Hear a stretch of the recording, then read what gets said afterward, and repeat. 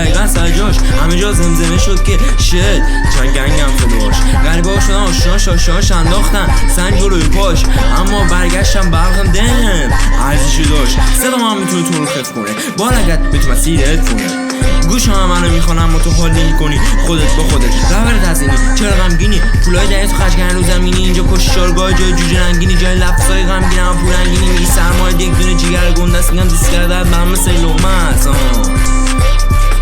یو یو یو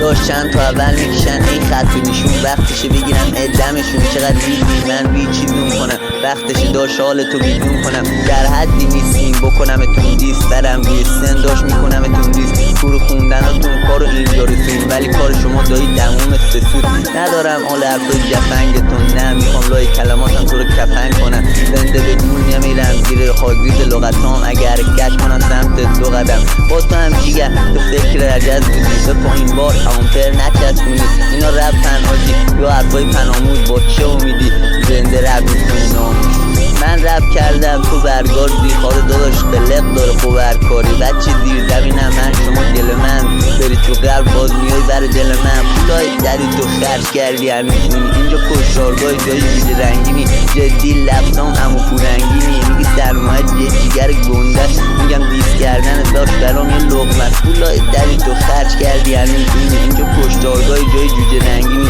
جدا لفتان همو پورنگینی میگی سرمایه داشت یه جیگر گنده است میگم دیست کردن برام یه لقمت